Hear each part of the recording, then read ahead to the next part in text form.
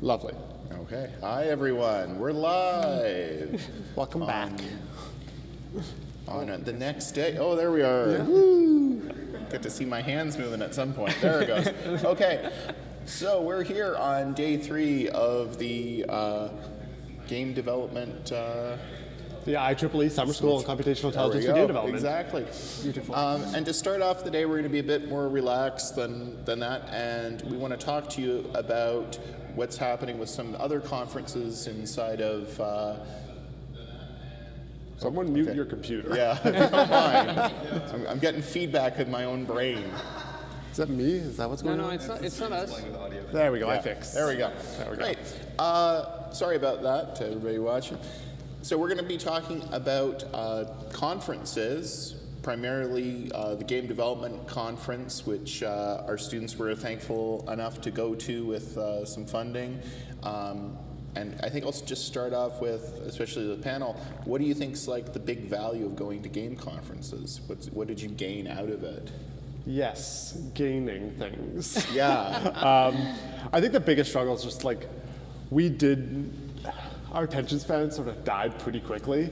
I think the big thing though would be going to see the actual showroom though, because like the panels are cool and all, but nobody likes lineups. That was the big thing we've had issue with. And the was panels nobody are liked also going to like lineups. super expensive, like to get the pass to go to the panels, Yeah. like the interesting ones. Because the expo pass So and the much expo money. floor is really cool. Yeah. And that's what we got, is we got the expo. And they give you some of the panels, but all the really like nitty gritty ones, like the good ones that you want to sink your teeth into, those ones were on the higher passes, right? So Yeah. like for GDC specifically at least, I think the big thing that we really got to experience was all of those nice and cool showcase floor of the expo and stuff like that, right? So walking around seeing, I can't remember their name, but there was like the accessibility group who made. That's the alternate controller booth. Yeah, Like, it's basically, so cool. it was That like was a probably my favorite whole place. section. It was like maybe 3 places wide, and it was dedicated to showing off this like university's final project, which was like, hey, make a game, but make the controller alternate, right? So like there were people doing. It was this shopping simulator where you were in the cart pulling items off the shelf, and you were driving the car like it was a little go-kart, and they were in a physical wooden box for it. There was a game that was like a potion simulator where or it was a food truck, but it was like a fantasy food truck. So someone made drinks, someone read the menu, and someone chopped up like food or something like that. And it was like these really silly, like weird control games, like the chopping food, you had to use like your hands over the sensor bar. Very strange, and like that stuff was the stuff that we really managed. My favorite by far was the one with, it's like I can't remember, it's like a car, and then it's 2 people facing away from each other, and they both have steering wheels in front of their hand, and then you have to like spin the huge wheel to like turn the car, and it's like an actual tire, so you're like playing frictionless. chicken with someone, but you're like physically. Yeah, but no, having you're both in one car and facing opposite directions, and one steers and one throttles. Yeah. So it's like, and then there are power-ups that require you to randomly swap positions. So if the one person is going on the throttle all the way, like full speed, and then you switch positions, the car just, because now they're controlling steering, so the car just swerves off the road. Yeah, so it was so funny. It was the expo floor for us for the most part. That's also where you got all the swag, which is always the best part. Yeah.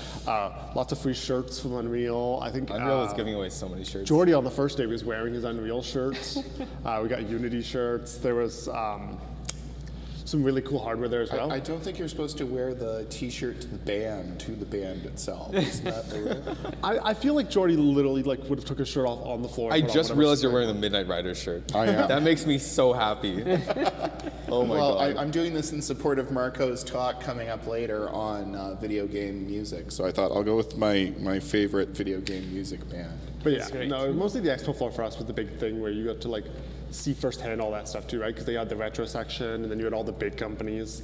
An uncomfortable amount of NFTs and Web3 and stuff like that was there, and I was just like, I'm gonna skip that. I'm gonna go get swag from those companies, nod my head as they talk, and then walk away. Yeah, they're kind of like the timeshare companies right now in the video game industry. Yeah, it was It's not going super well for them, though. No. Yeah, it's already going very downhill, I think. But it's interesting to see that like the two things that that you've highlighted here, they are kind of the next directions of these systems. Like accessibility is such a huge issue in games right now. There's a lot of talk about that. You know, even from the academic direction, there's a lot of work that's being done on that. And then, of course, you know, NFTs and crypto and etc. There was so much crypto stuff there. These are kind of like, and this is really, I think, what's interesting about conferences, even from the academic side as well as from the industry side, is you're really seeing that stuff at them where they're kind of showing the work in progress that you're not really going to see in a commercialized product for maybe even a couple of years. Other than that, there was like a couple of game engines people working on. Obviously, Unity and Unreal were there teasing their stuff. Apparently, Fortnite is putting their own version of Roblox out there, so you know you can make games in Roblox. They're planning on doing the same thing with the Fortnite engine, so that'll be a thing that people can do. And then there's like the low coding ones, like Yahahaha. We need Jordy here to talk about Yahaha. Yeah, we need Jordy here he'll hate on it. And then there's like Cleekly, which was also like a low coding one, and those were some of the other ones that were pretty big there, but they were cool. Like I like the low coding ones for people to first try, but like just use a real engine.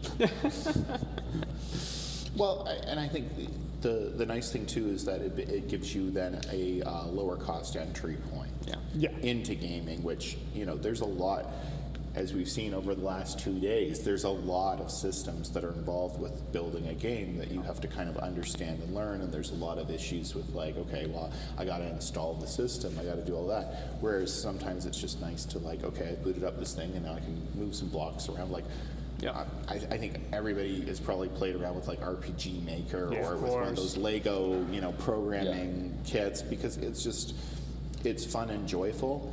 And if I want to get a young person in here, someone in you know, elementary school or high school, I don't have the time to teach them Unreal. I don't have the time to even get through half of that. And if you want to have people move into computer science, if you want to bring them in and bridge that gap, it really is going to be like those that gives them the impetus to then want to go off and do it. Just don't start a Roblox child workforce. No, That's a thing. No, That's a thing, by the way. Yes, it's a I know, real I know. thing where basically where they found kids who make games and they recruit them on forums and they build teams of kids, and then like one manager publishes it and takes 90% of the profits and distributes the other 10 among these children who are physically making the game, and it's basically child labor the big marketed through problem Roblox. is that in And Roblox doesn't care because they're just like, ooh, money. The main problem with Roblox is that they have their own economic ecosystem with Robux, and that's kind of like company script. You know, like if you're familiar with that kind of money, so you have to buy that, but if you want to sell it and get real money, you lose a huge cut. So it just forces you into this loop. And Roblox makes $1 billion out of it. Yeah. And they're making a fuck ton of money out of it. Yeah. So on that amazingly dark capitalistic note. No, it's cyberpunk. It's cool. Yeah. We flavor it as everything that makes it's cool. Yeah. But if we Metaverse, cyberpunk. We're cool now. Okay. But if we leave that behind and go back to like getting kids into coding, in my research group we're actually doing a lot of stuff with kids. We're trying to introduce them to coding, and we do use games because it's, you know, kids love games, right? So they do want to make them. But yeah, I agree with Joey that in these cases we need something a bit more accessible. So for example, we use a lot Scratch, if you know that. It's a programming language that's kind of block-based. Yeah, it's visual coding, right? Visual so it's coding, like yes. installing Bolt onto Unity, right? Exactly. So it's simple, but right, you know, like you need to start things by degrees, and it's better to have something that's not super frustrating. We know Unity is frustrating. Has anyone right? here tried Minecraft Education? Because I think that's got some sort of level of code teaching inside it. I've played around with some of the Minecraft mod systems. There's some good pieces inside of them. And the thing is it's already something where they're playing inside of the engine. Yeah. And so it's kind of like, okay, but now you can do this extra thing on top of it. Even there, I don't know whether you've seen like on YouTube that you can build like a full-on like they Like a did retro build game. like an ALU using like Redstone or and those types of systems, you know. So even inside of it, you can kind of see how that comes together. But I mean, during my childhood, it was Lego. Yeah. Right? Like everybody had Lego, and that kind of then made us more into like the engineers and that. Like you go around and you talk to anyone, mathematicians or computer scientists, you say, "Did you have Lego?" And they'll be like, "Yeah." I'd Bionicle.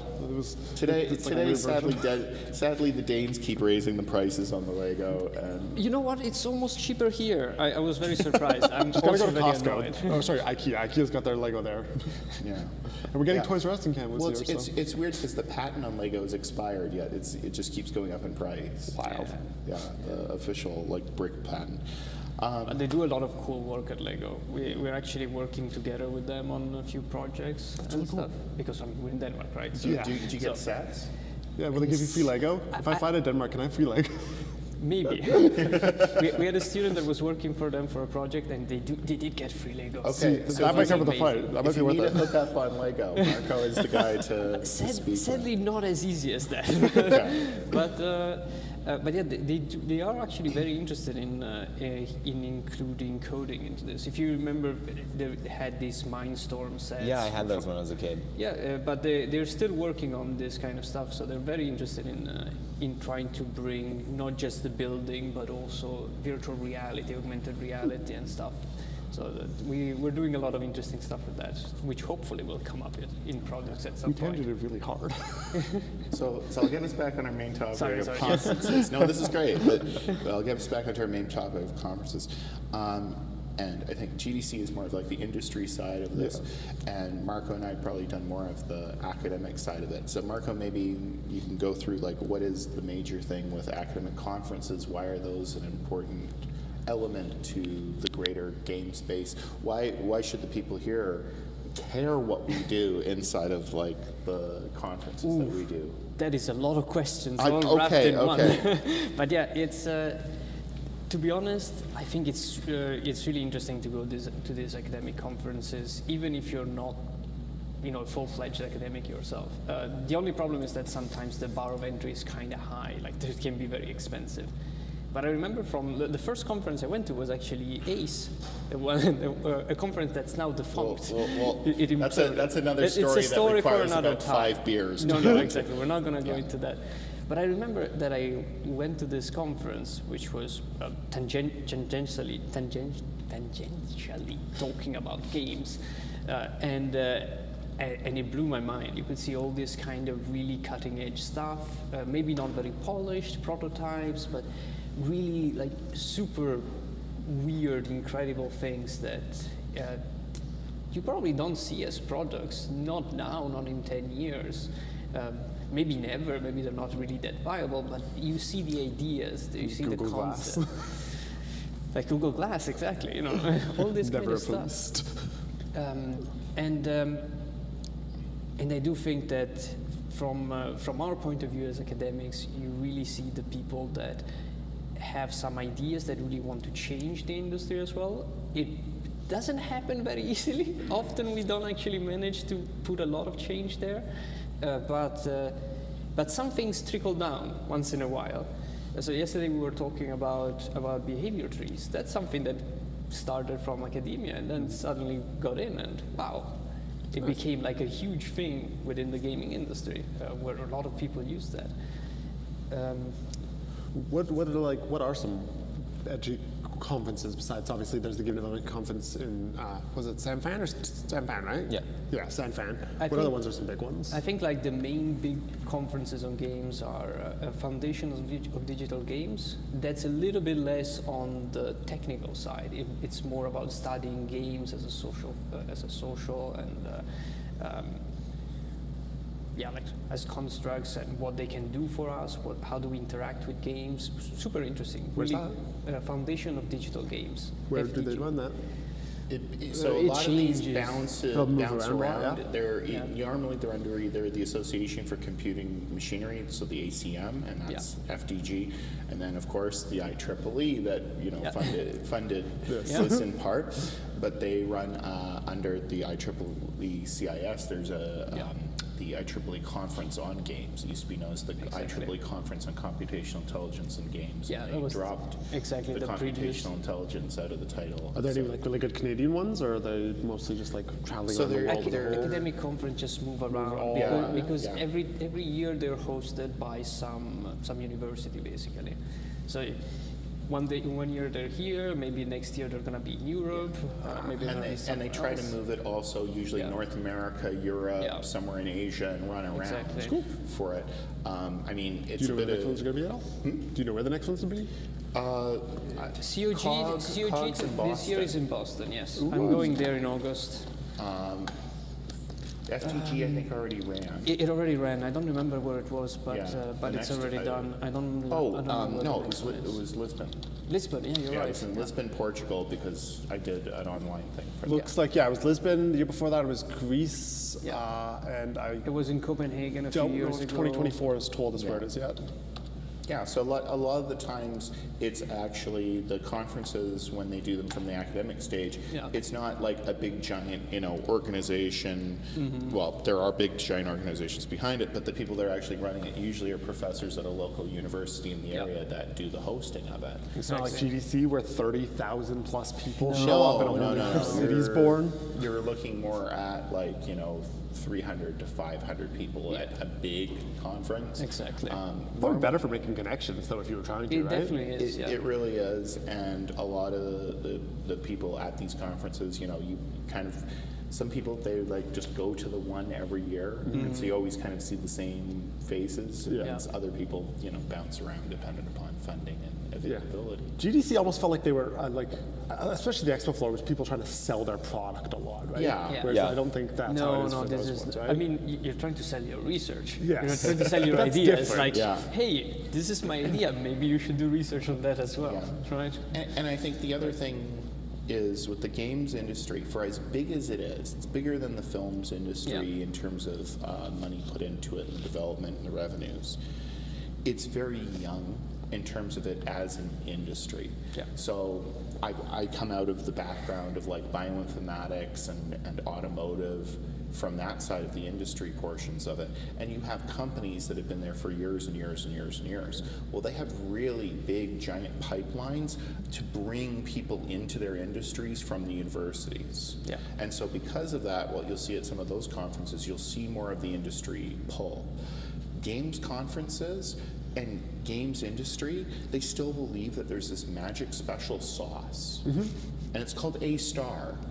And everybody knows that this is the magic special sauce, but all of them have their proprietary manner of doing this. Yeah. And they believe that if they keep the technology like this, they'll somehow create a video game that is, and I know it is laughable, but this is what a lot of the industry people think, is that you have to keep the technology secret in your game. As an example of that, I don't know if you guys are familiar with Shadow of Mordor, Yeah. the game. The Nemesis system? Yeah. The Nemesis So system cool. is really interesting. Oh, they yeah. patented it, and then they never used it again. So nobody could use it. They never used it Just again rip it in off. other Just games. rip it off. Make it call it something else. Yeah, The but- arch-villain system. But the One thing in the code I remember fine. yeah, but the issue here is then software patents are not recognized in a lot of places. Yeah. The U.S. has them, but it's hard. And even there, a methods patent is very hard to say that I didn't do it in some other manner. yeah, because So- I mean, Yeah. it's about functionality, right? And Exactly. So a lot of very the hard to stuff call that that. games include in them and how it works falls under copyright, not under patent law. Yeah.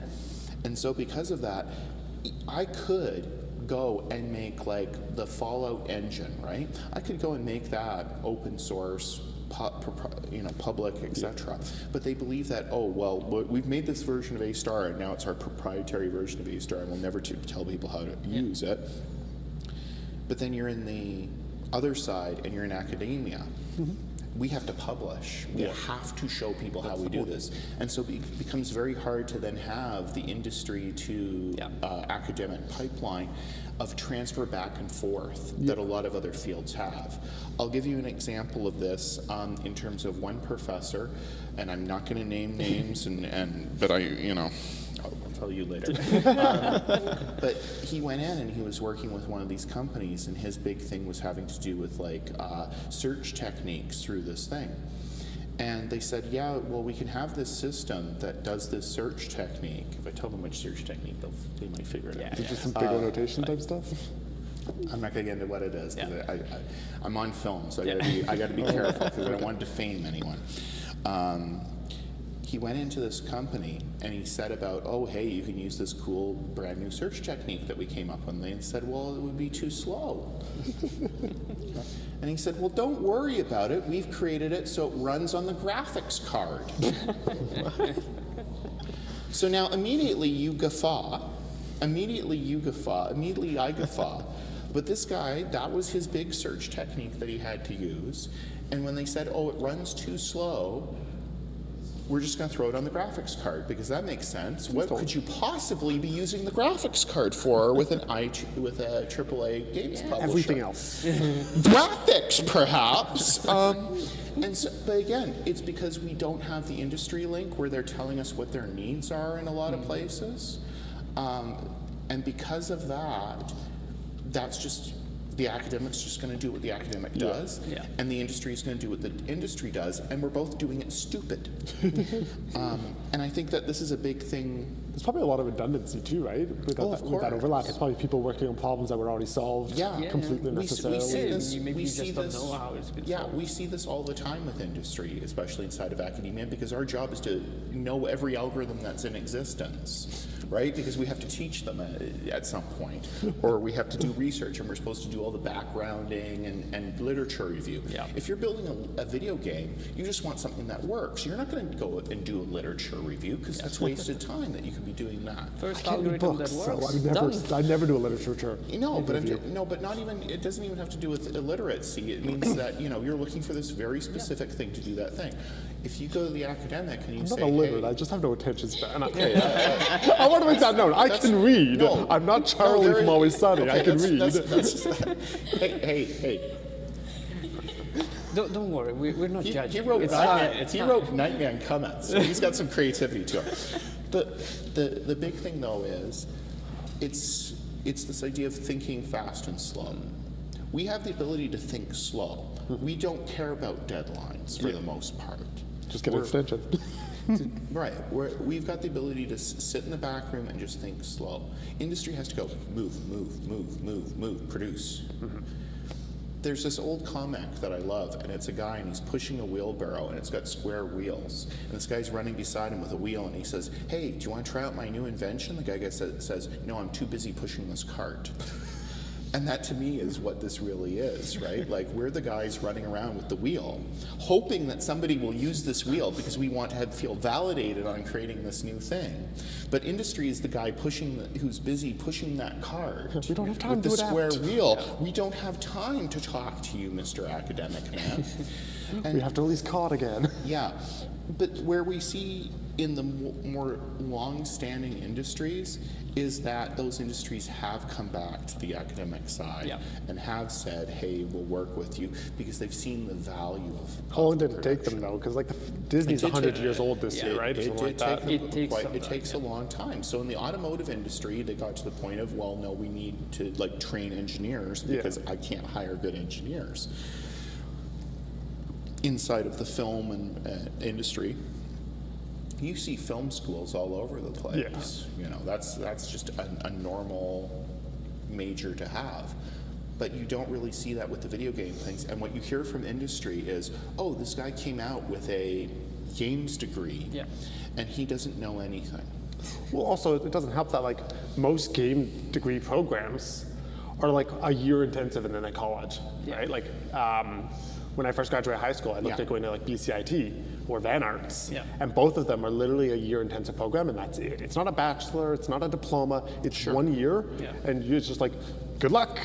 Sure, but I mean, the big thing that we hear from industry is, how come they don't have a portfolio when they graduate? Yeah. So it's wonderful that people are coming to even this, temporary school right now and doing this sort of development, because a big thing that games companies are doing is they say, I want to see what games you've made. Yeah. Yeah. Like these side projects here really become the elements that are going to lead to what gets you the interview, what gets you the job. Cough, cough. Later today, we're talking about game jams. Yeah. Portfolio or game jams. And really, that's part of it. So with academic conferences, it is someplace where we're now starting to see a lot more industry partners coming Yeah. into them that are funding them. EA has been a big group that's moved into that, as terrible Also as EA is. Ubisoft. I actually don't have beef with EA. As far as like a company goes, like, yeah, they release those yearly sports games that are bad, but they also release like some really interesting games as well. I'm not saying they haven't released interesting games. I'm just not a fan of their corporate practices. Exactly. That's fair. But, And there's a lot of research on why their corporate practices are bad, and that's Yeah. maybe why they're not coming to the FDG But- as but much anymore. But you're right. I think that on a positive note, we're seeing much more involvement from companies also sharing some of their research, because most game companies can't do research. They don't have the resources. Yeah. But the big ones, EA, Ubisoft, they do have research departments.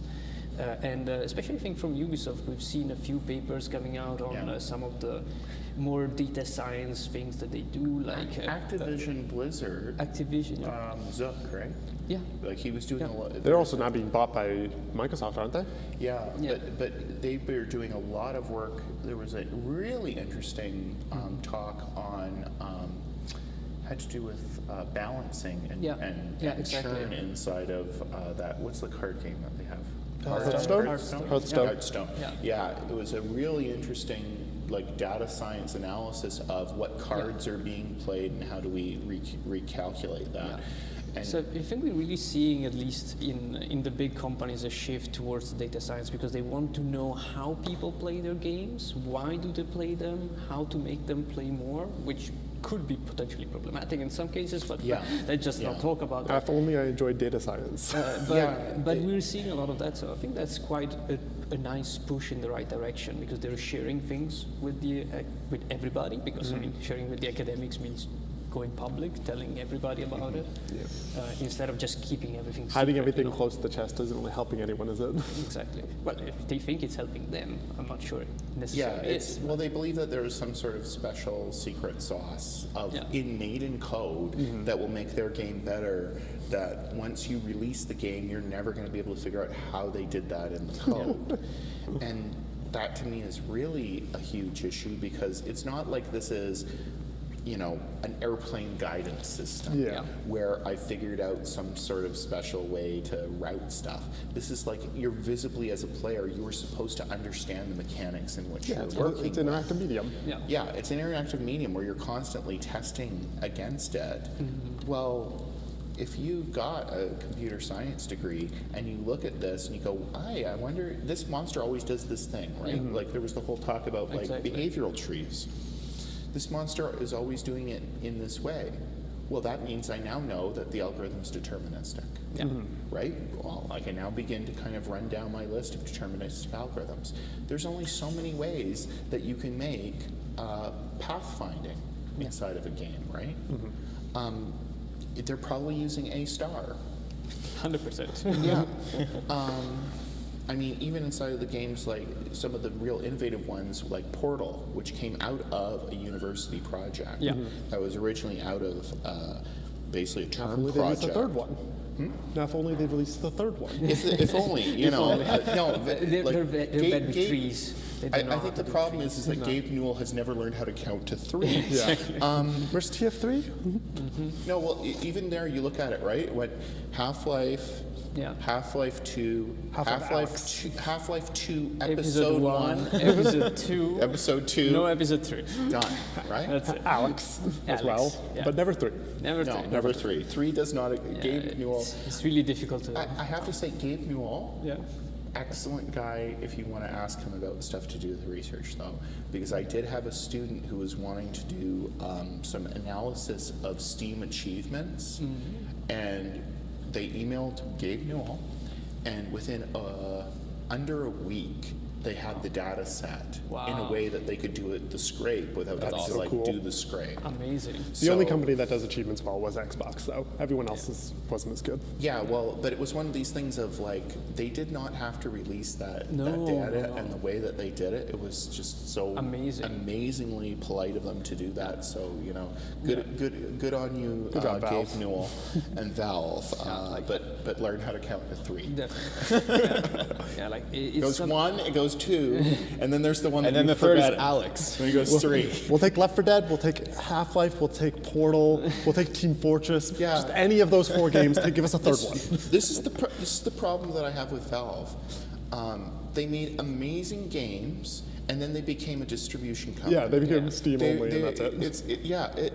It really is, and I understand that makes them way more money than they ever made making games. Like, way more money. A disgusting amount of money for almost no effort. But just take a chunk of that. Take a chunk of that and make Half-Life 3 and make everyone happy. Heck, with how poor Overwatch 2 is doing, release Team Fortress 3 and make $1 billion. Yeah. I don't know. I think you can do both, especially when you have more money than God. Yeah.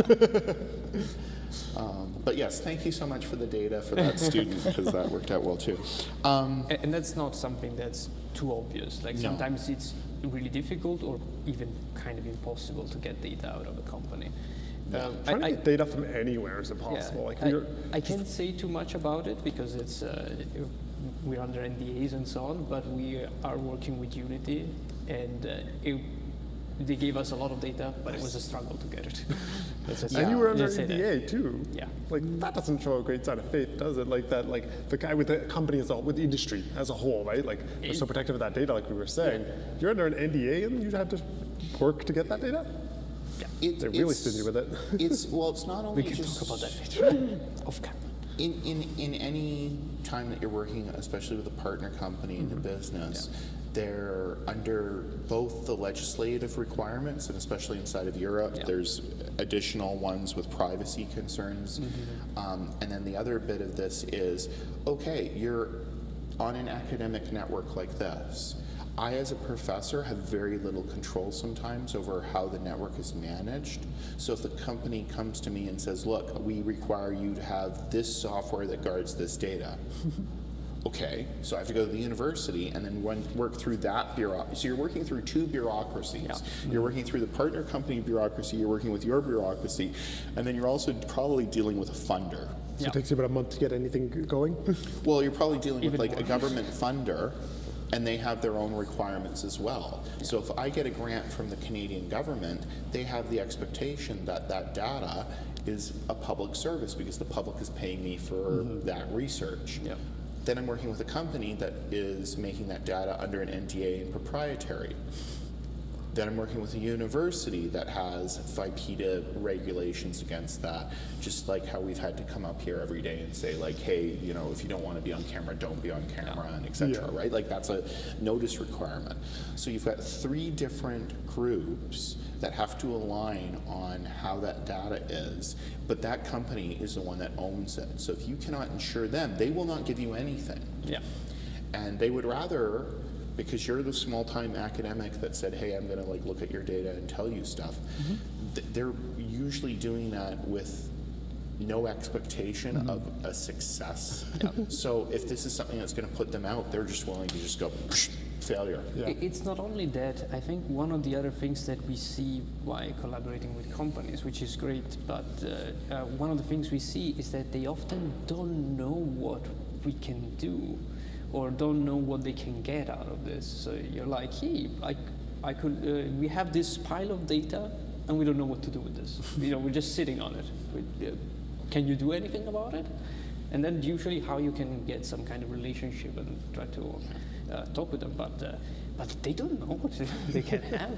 Yeah, and so they just see this again. It's the guy pushing the square wheeled cart, and you're showing up and going, hey, would you like something different to push? Would you like it round? Yeah. But even if they know that they want it round, they then don't realize how you're going to make it round. Yeah. And what the process is of working with someone to make it Exactly.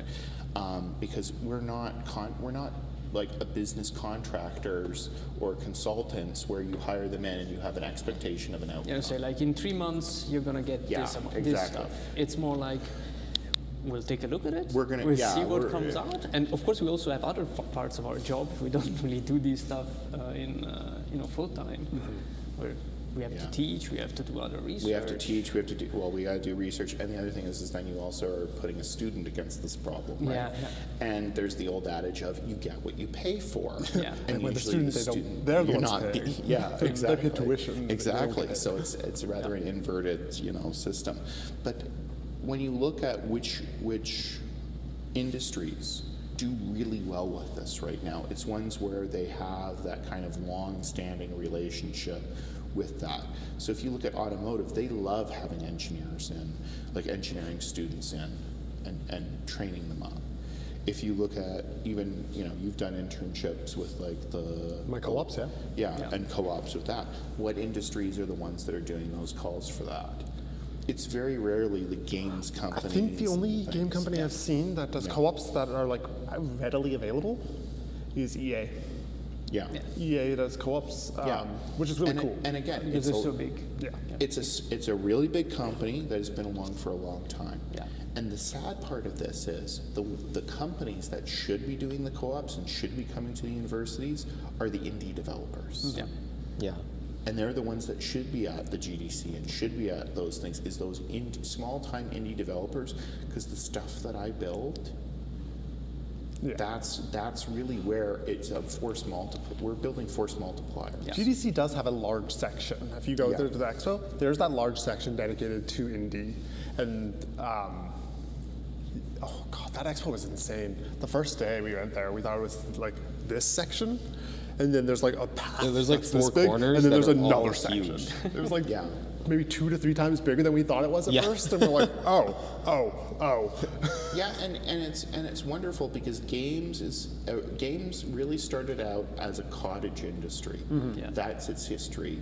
It was people who were just like, hey, I've got this old VIC 20 or PL1 Stolen out of a and- pinball machine or like an old arcade Well, game. but even there, like the early, the MIT hackers and all those systems, they were building Space War because they just, they were just learning how to program or were playing around Dwarf with it. Fortress. What's the first thing that a computer scientist comes out and says? I want to make video games. Yeah. And they come out and they say that. And then you go, do you realize what you're getting yourself into? And they go, no. And I'm like, okay. Well, good luck. Good luck to you, sir. But it's really interesting because we are starting to see that cottage game industry come back again. Yeah. And giving people like that voice and that ability to do that. And even now with platforms like Steam, and now they have the Itch. Greenlight system and Yeah. the Itch and all that. Now there's early access as well. Yeah. And I mean, there's some games where it's definitely like this is like someone's pet project, but the same thing could be said of film. Yeah, definitely. And I mean, one of my favorite franchises, film, started off as indie, right? Oh, sure. Evil Dead. Sure. That was literally him and a bunch Sure. of buddies for the first film. Yep. Ran I up to a mean, cabin and filmed it, right? I think we all love Clerks. Yeah. I think if we look at like the old films like Duel, where Steven Spielberg was on that and all of Yeah. that, that's not a big budget thing. Francis Ford Coppola started out directing like schlocky horror films. I wanted to say another word, but I'm going to go with schlocky. If you can think of another word that starts with S that I wanted to say. But all these like big time directors, that's where they made their start. That's what we're seeing also in the games industry, is that people build these little indie games. And even if it isn't published or it's not well used, if I'm a games production company and I'm looking at the degree of the guy that went to this games program or just has a normal computer science degree, and I look at this other person, they have a portfolio where they have a few, garbage games, but you see the potential, you Yeah. can see that they had the direction. Who would you hire? Yeah. One thing that's kind of a big difference, though, is like film industry. They have like the director, and like the director's a big thing on it. For games, there's no like, there's not as many at least superstar directors, right? Because like, there's a lot more hands in the pie in that one, right? Like, It's like I guess Hideo Kojima is like Yeah, probably the biggest name in. But if you go back, you got Sid Meier. Yeah. You know, I really think it's one of those things of like credits in games. A lot of companies didn't put credits against them. It was a big thing first that there was no credits, and Yeah. it was not great. And again, I think it's a newer field. So if you look at film, they have the Screen Actors Guild, they have the Writers Guild. They're all on strike right now. They're all on strike, right? Yeah, no, but that was part of that, and that's why you kind of have that street cred. Is there a union for games? I feel like there's talk. Actually, at GDC, we saw a group there trying to start unionizing there is for games. I think I read that a couple of days ago. I think a week ago or something. A big part of Sony of America unionized. Nice. So now they're the biggest union Good. in gaming industry, but it's still very, very Rare. rare. Yeah. Most gaming companies are not I can't remember unionized. which one it was, but there was that. Do you remember the people wearing the red shirts talking about unionized? I don't think I saw that. No. At GDC, there was a group there talking about unionizing for games, Yeah. which is probably a good thing to avoid. There's been a Help lot of talk offset about crunch. that. Yeah, there's been a lot of talk. We definitely and need it more. should definitely head in that direction, in my opinion. Yeah. Well, the other piece of it is even there's certain people that are under the Screen Actors Guild that they bring in for like voiceovers or for that, and that falls under SAC rules. Like there was the whole thing with the Bayonetta voice actors. There yes, was a I remember huge- that. And there was some weirdness there. There's some weirdness, but But that kind of again highlighted the idea of like even voice actors. If you look at what was the one with the Cole Phelps where he's the detective? L.A. Noire. L.A. Noire. Yeah. Yeah. But you look at that, right? They're scanning in all these actors' Yeah. faces, and then you're pretty much doing that. And other than the fact that you're moving Cole Phelps around, that game is a film. It's a film. It's a film. It's a film with like some interactions. If you look at like the Walking Dead series, The Telltale ones? yeah, Yeah. the Telltale ones. and even there was recently a lawsuit having to do with the tattoo artist for Randy Orton, the wrestler. Yeah. Where the tattoo artist sued Take-Two Interactive For the WK games? for the WK games because they depicted Randy Orton's tattoos. Yeah. And so here's the funny thing about that. If you get a tattoo, the artist of that tattoo still maintains the copyright on the tattoo unless you have like a agreement in regards to that. So like you've got that. So if they maybe that is a bit more problematic because some of those are like They're well-known IPs. character IPs. But so the rule on, at least in the States, is it has to be something fixed to a medium.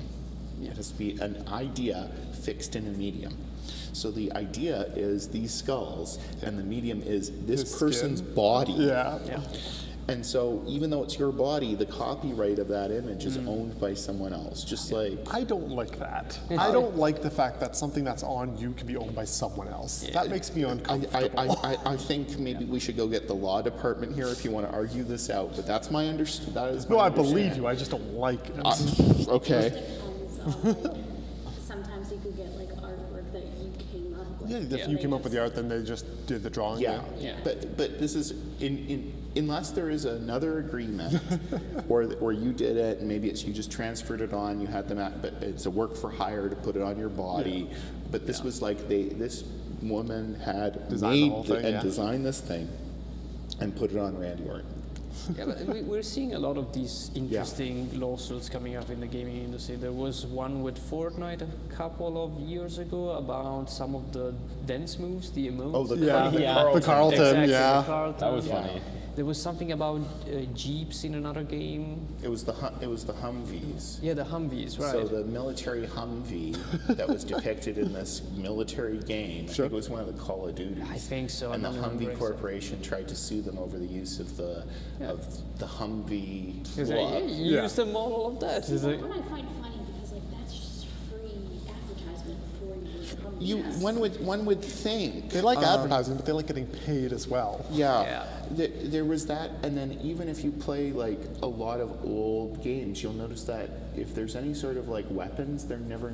It's like it's not the PPK. No, it's just made up nonsense. Yeah. Yeah, they're Exactly. like Goldeneye, right? Yeah. All those weapons, for the most part, exist in real life, but they've changed the names Just of them. scratch the file off. File off the Yeah, serial they number. filed off the serial number. Yeah.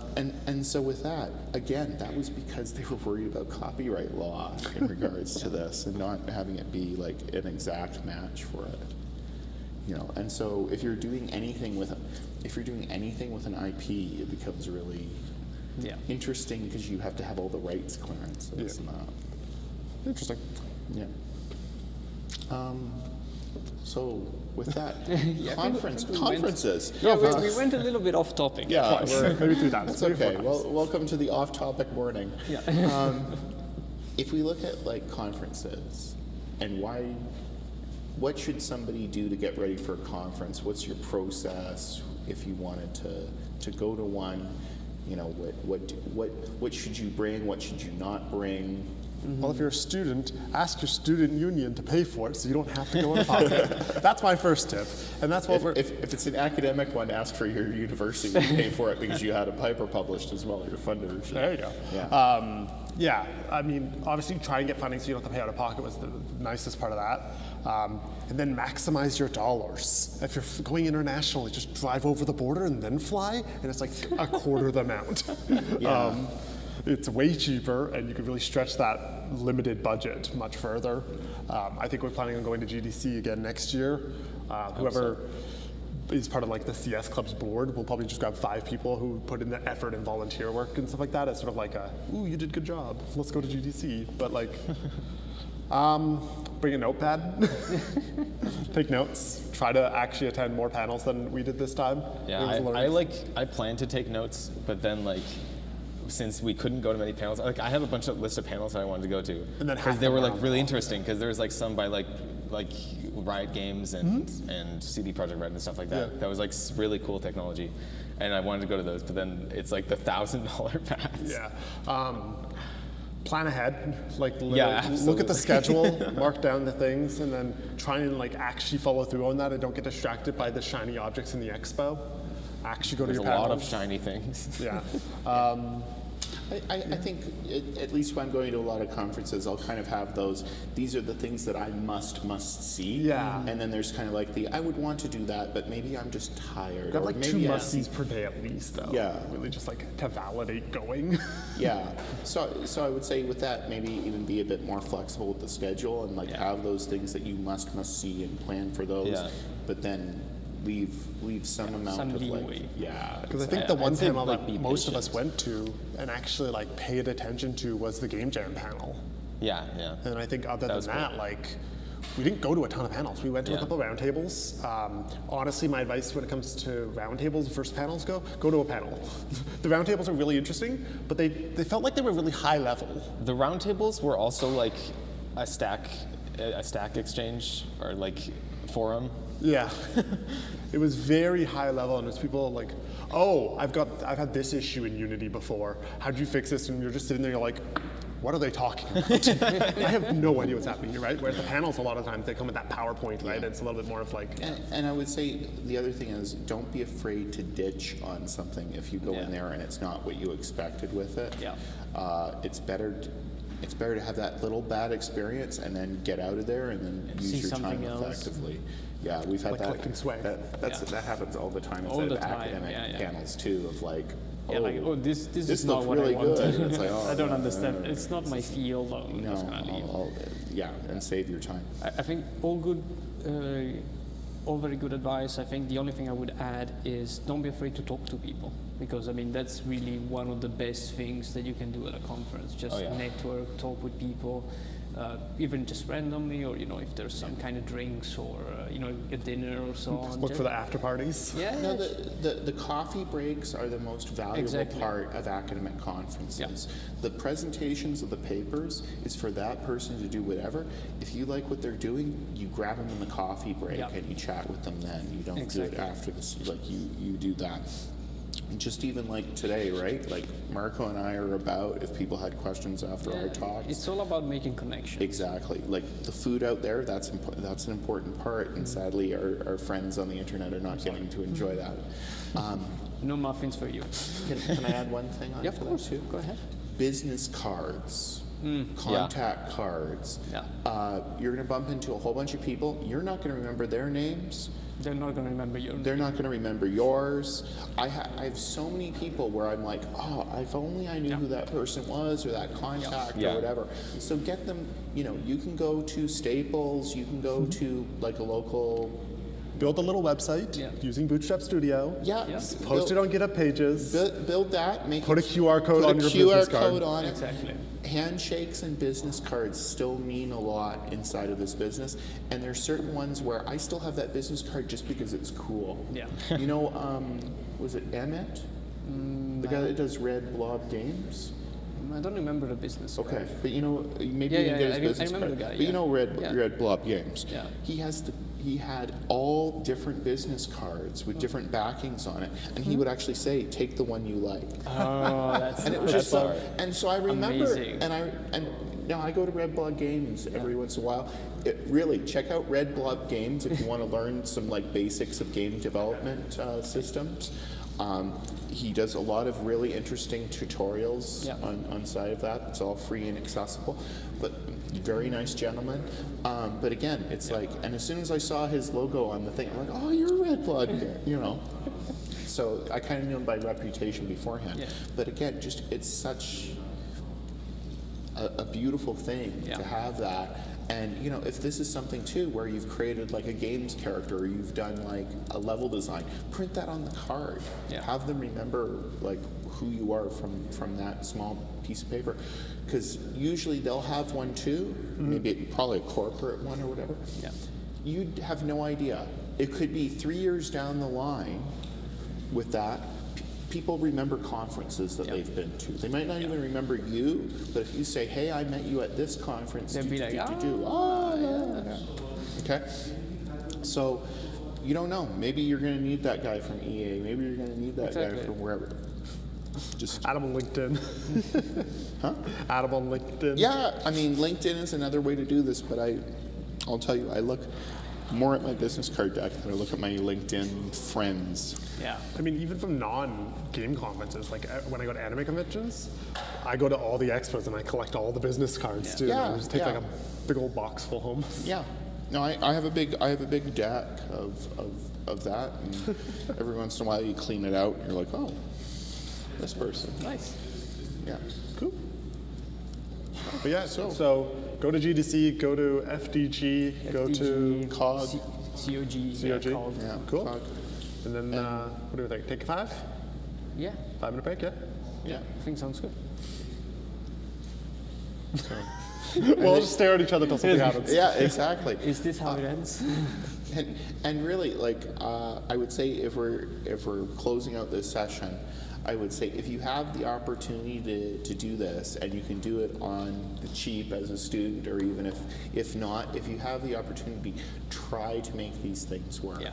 Because it really is something where the more people that you meet within this industry, whether it's academics or whether it's fellow students or whether it's people within the industry, you never know who you're going to need in the future and where those contacts will take you. So really, at the end of the day, a lot of these things, you get your swag, you get to see the new video games, you get to do that, but they are networking events. Yeah. And this even if this isn't inside of games, if this is in some other industry, if there's an event where there's a round table of experts or anything like that get their business cards, give them your business card. You don't know. Maybe you think one day, you know what, I'd really like to go and do a master's in Denmark on I don't know, animal husbandry. Okay? Marco is at least in Denmark. He might know. He might know someone at his university, or at least be able to direct you. Yeah. So this is another thing, is sometimes it's not even that you know the person that you need to talk to, but you know a guy who knows a guy who knows a guy. Yeah. right? And it's the kind of like, it's that fetch quest inside of like Yeah. every Zelda game, right? You get the thing and you're like, what does this thing do? And then you give it to this other person, they give you something else, and then at some point you end up with like the master sword, right? Like, and that's really what it is that if you go to people and just say like, hey, can you help me find like somebody that's, oh sure, I can help you. And then you get to that person, no, I'm not the right person.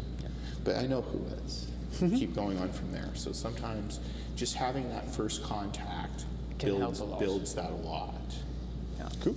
And if I can add one last thing, I think that in a lot of conferences, academic or not, there's usually calls for demos or small things like that. And I think you should really consider that if you want to go, because it's easier to sell to your department or student union or whatever that, like, hey, I'm going there to present something. Yeah. It's also good for you there because then people can play with your thing. There is It's like a little something- indie showcase type deal. Exactly. Those are usually things that happen. Or, so or, take a look at that. or volunteer. Or volunteer, yeah. If Yeah. it's somewhere somewhat close. Yeah, a lot of these events work off of volunteer labor who Yeah. love that thing, especially in academia. Yeah. Is we usually have like graduate student volunteers, and there's usually subsidies to bring people in. Yeah. And even like anime conventions and all of that, right? Some of the largest anime conventions are completely volunteer run. 100%. Anime just put out a volunteer like request email thing to everyone going like, hey, we need volunteers. Yeah. And that's like a month ahead of time type thing.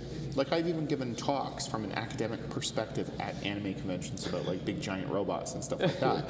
And because somebody didn't show up for their session, and I was going there to watch this thing about big giant anime robots, and that's like, we can't find the guy, and it's like, okay, well, I'm a professor of computer science, okay, now I'm in the chair.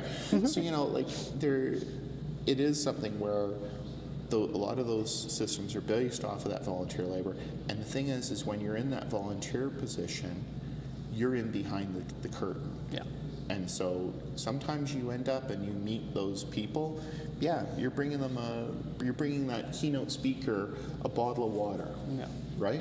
But you get an extra 10 minutes with them, and they're like the head of this, system inside of EA. And then you go, listen, I'm the guy that brought you that water. Hey, you owe me now. I'm just saying, if you do a good job, the reward is more work. Woo. And that can either mean, if you're already hired somewhere, it just means that you do a lot of more work. Yeah. But if you're not hired somewhere, you want that. Yeah. So if you do a good job, it leads to more work. Yeah. Fair enough. All right. Switch well, scenes. Yeah, let's we'll start setting up for the next Star one wipe. now. Exactly. Actually, I think I can change it to do that. Not right now. All right. Goodbye, everyone.